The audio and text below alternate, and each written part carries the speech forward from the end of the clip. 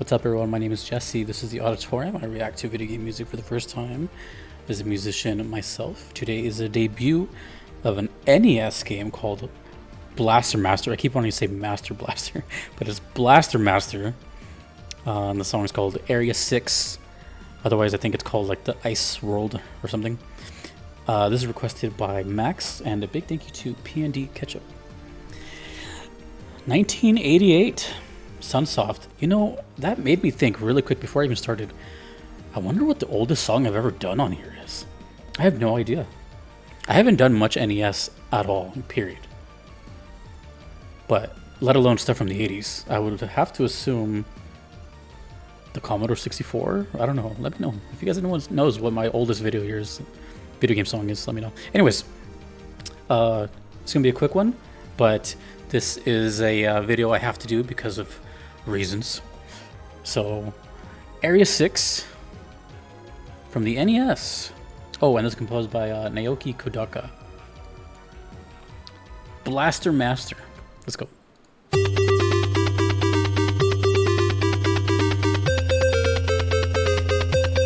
No footage.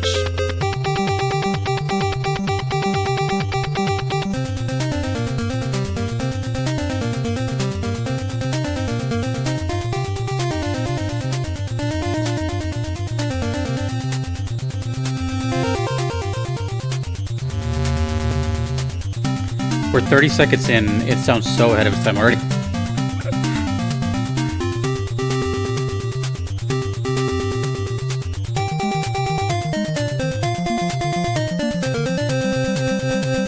It's so melodic.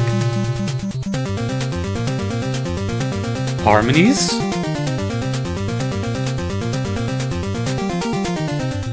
Dude, the bass line is copying the main melody.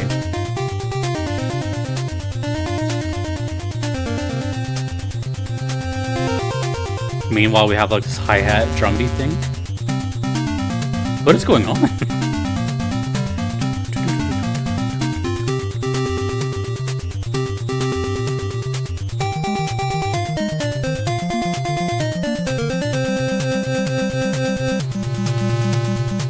I mean, it's not like the NES was like super old, but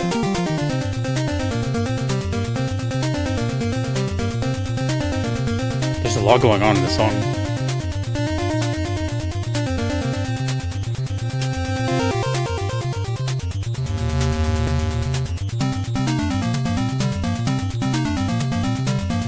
It's so weird. It's got like a hook, it's got a chorus, a verse. I was expecting like a 10-second loop just to go on for 3 minutes. This is a full-on composition.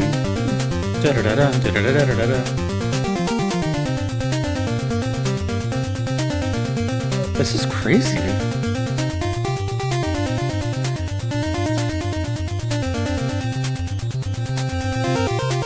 Even the keyboard has an effect on it. It's got like an audio delay.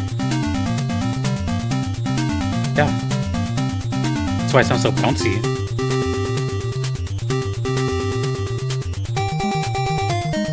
We're changing octaves.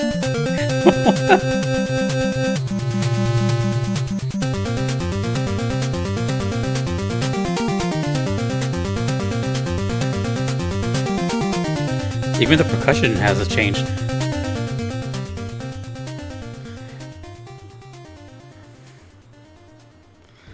I'm surprised even the percussion was like changing it up. It was like, instead of just going, it was like a.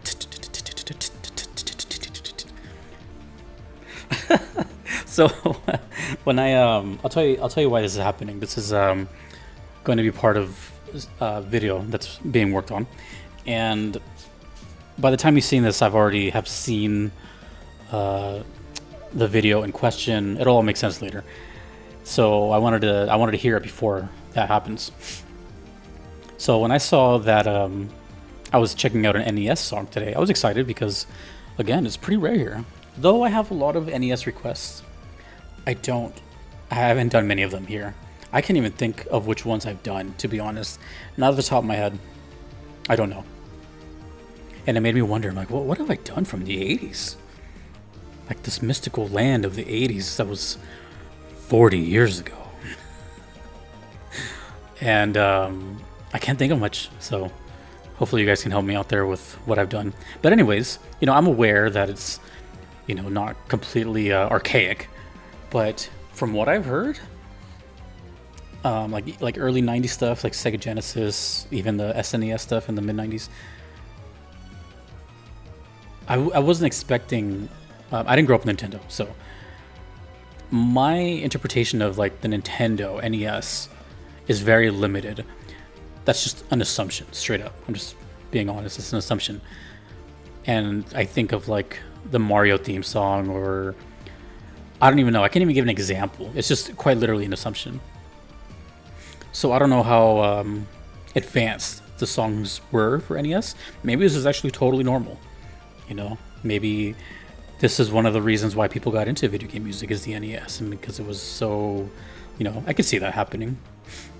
I'm taking shots in the dark here. I wasn't expecting any sort of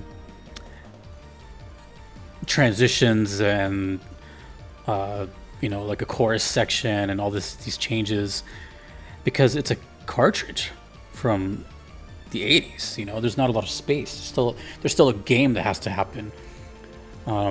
Times are a lot different with memory, so I was quite blown away by that. Not only that is so timeless, even though of course, yeah, it's a chiptune, that could do so well. Like imagine this right now. Imagine that same exact song in like Undertale. No one would bat an eye. This is so ahead of its time, dude. How much views does this have? 98,000. That's a lot, but it's also not. That's really good.